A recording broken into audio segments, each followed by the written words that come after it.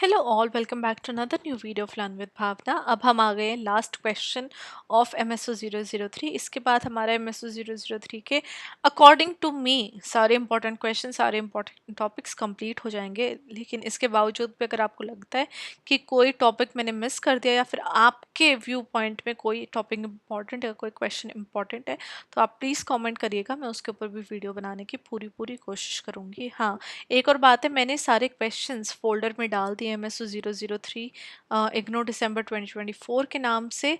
मैं अभी ऊपर आई बटन में भी आपको फोल्डर मिल जाएगा, मैं वहाँ पे डाल दूँगी।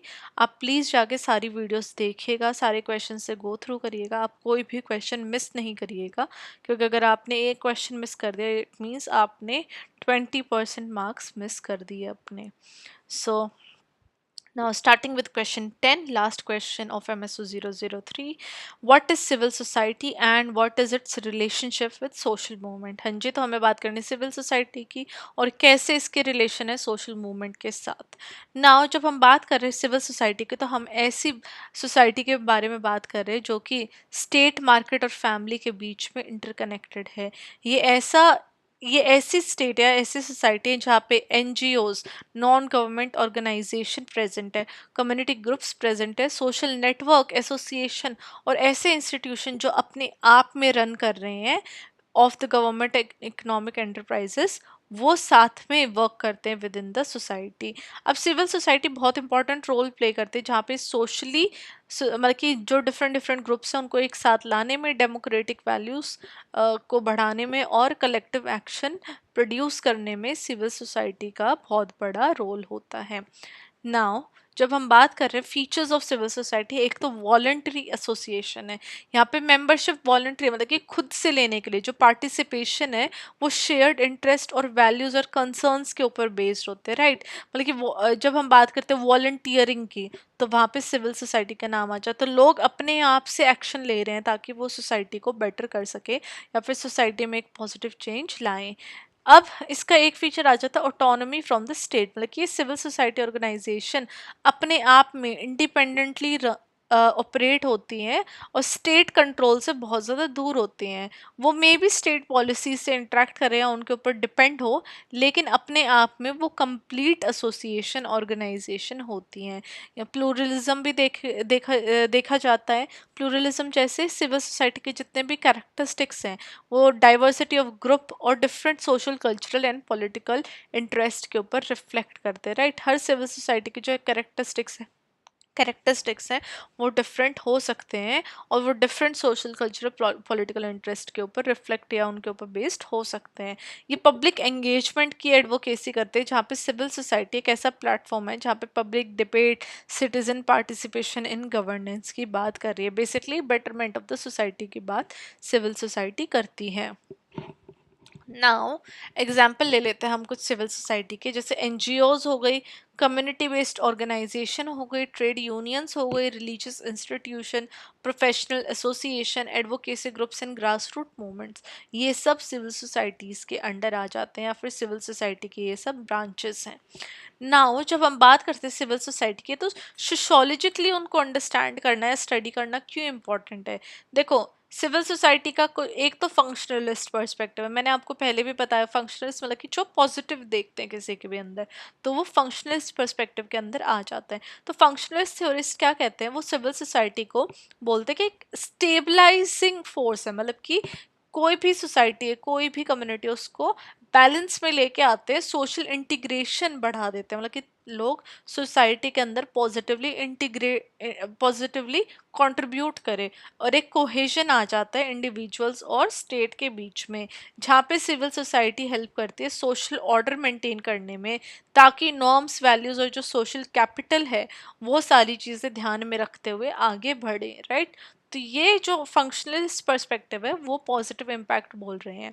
वो बोलते हैं कि जो सिविल सोसाइटी एक ऐसा स्पेस प्रोवाइड कर देती है जहाँ पे लोग अपने कॉन्फ्लिक्ट्स, मतलब कि जो भी उनकी प्रॉब्लम्स है उनको रिजॉल्व कर सके और जो कलेक्टिव इंटरेस्ट है उसके ऊपर काम कर सके, और थ्रू डायलॉग एंड कोऑपरेशन, मतलब कि एक दूसरे से अच्छे तरीके से व्यवहार से बातचीत करके जो भी उनकी समस्याएं उनको रिजॉल्व करके और आगे सोसाइटी में कुछ भी अच्छा कंट्रीब्यूट कर सकें।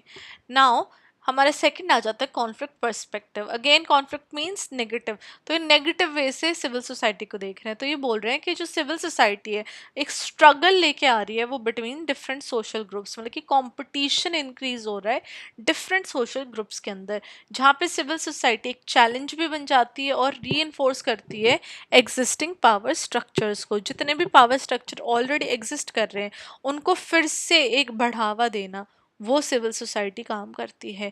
ये एक ऐसा प्लेटफॉर्म है मार्जिनलाइज ग्रुप के लिए जहाँ पे इनइक्वालिटीज इंक्रीज हो जाती है और सोशल चेंज के लिए जो एडवोकेट कर रहे हैं उससे इनइक्वालिटीज आते हुए दिख जाती हैं, right.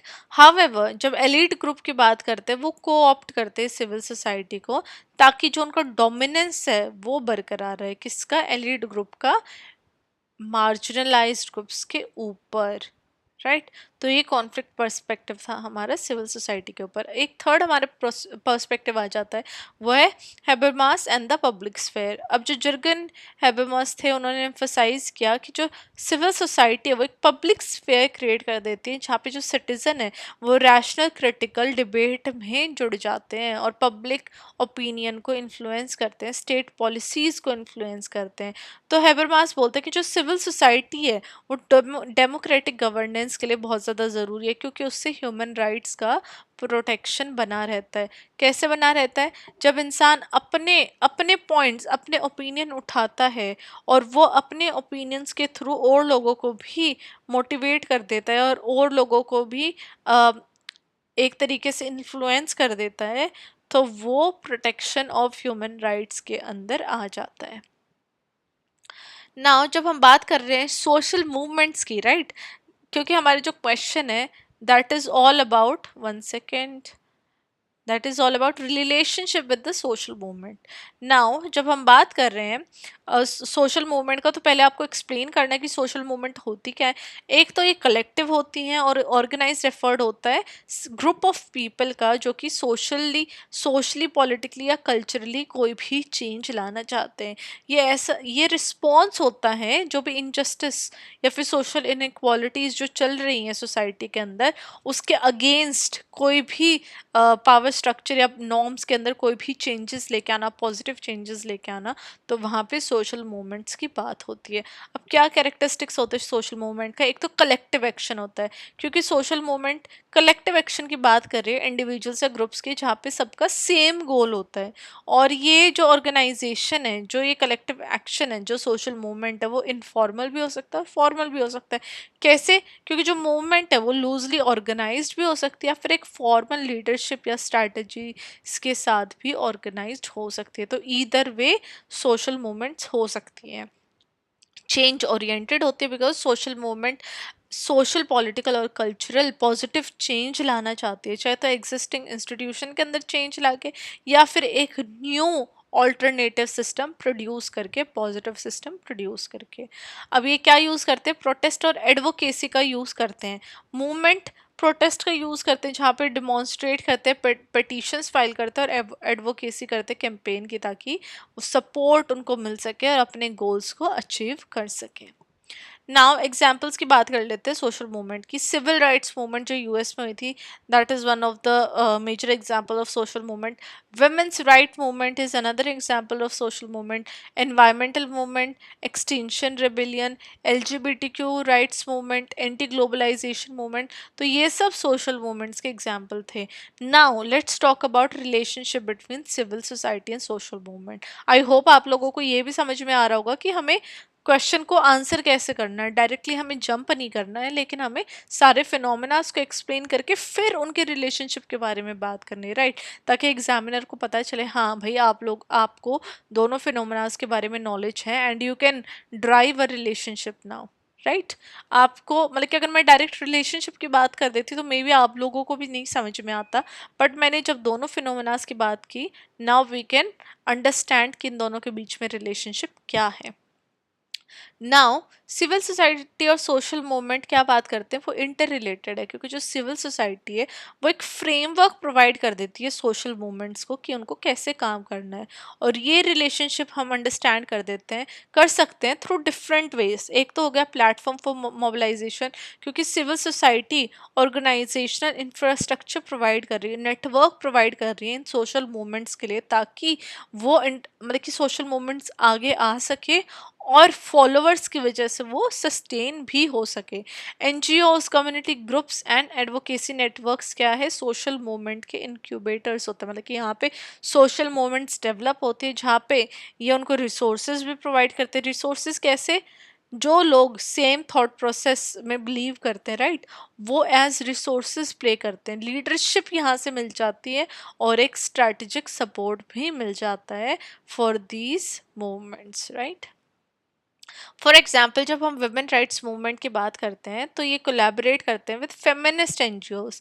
Feminist NGOs is another new kind of NGO जो कि मोबिलाइज करे अपने सपोर्ट के लिए, ताकि वो पॉलिसी चेंजेस लेके आए for women rights. Okay, second आ जाता है स्पेस फॉर डेमोक्रेटिक पार्टिसिपेशन। अब जितनी भी सिविल सोसाइटीज़ हैं वो एक स्पेस प्रोवाइड कर देते हैं सिटीज़न को, ताकि वो डेमोक्रेटिक पार्टिसिपेशन में एंगेज हो सके और अपना जो भी इंटरेस्ट है वो एक्सप्रेस कर सके।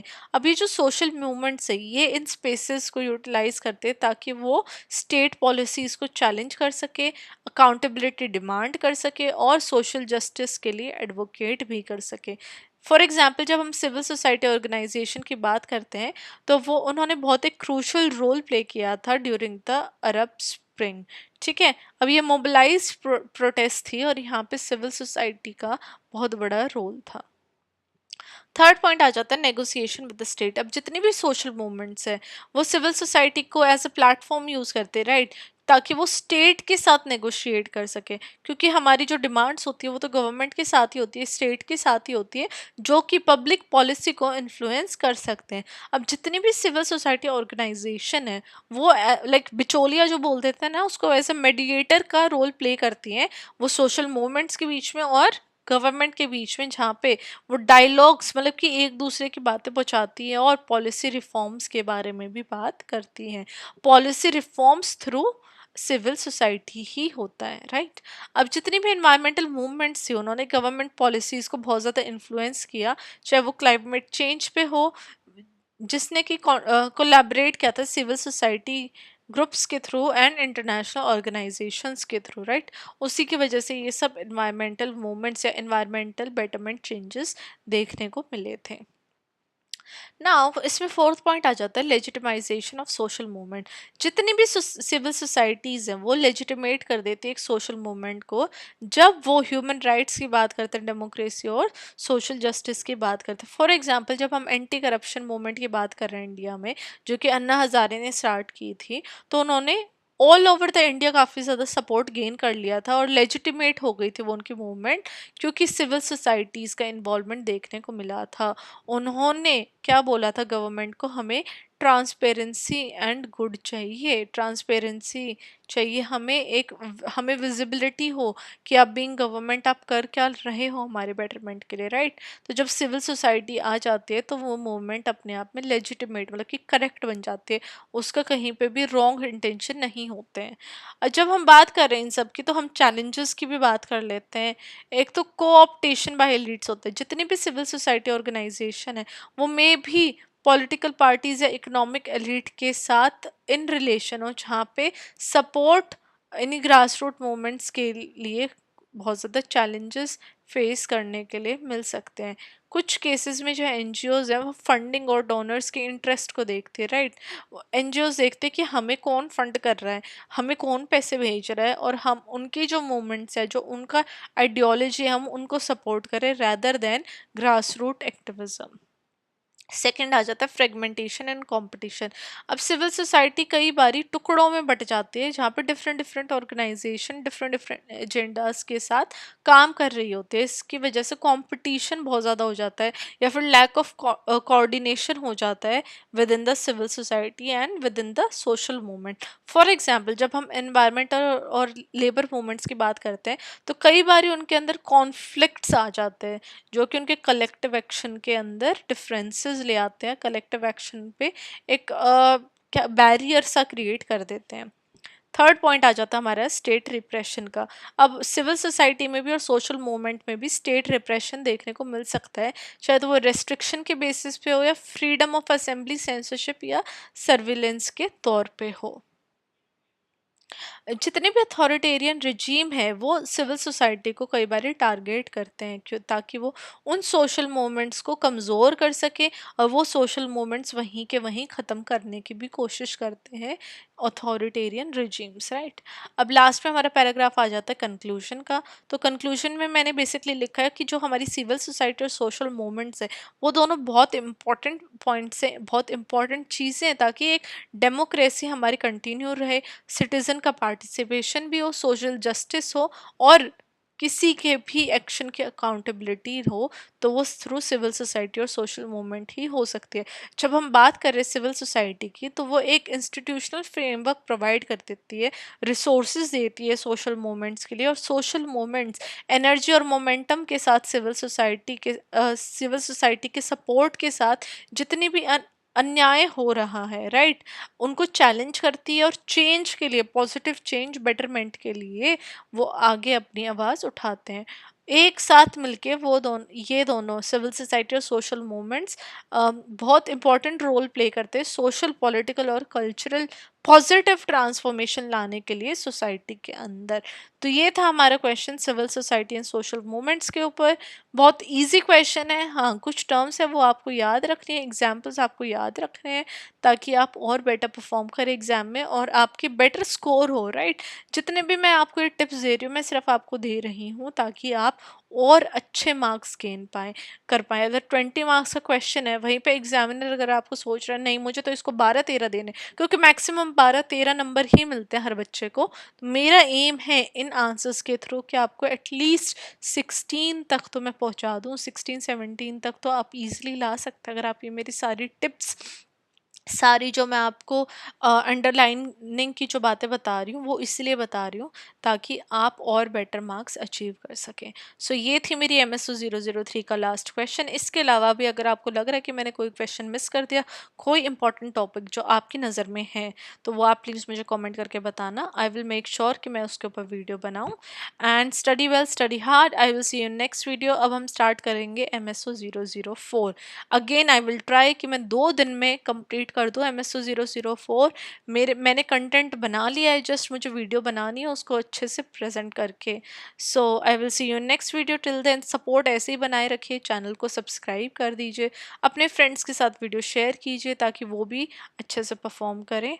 And bye bye, take care, study well and study hard.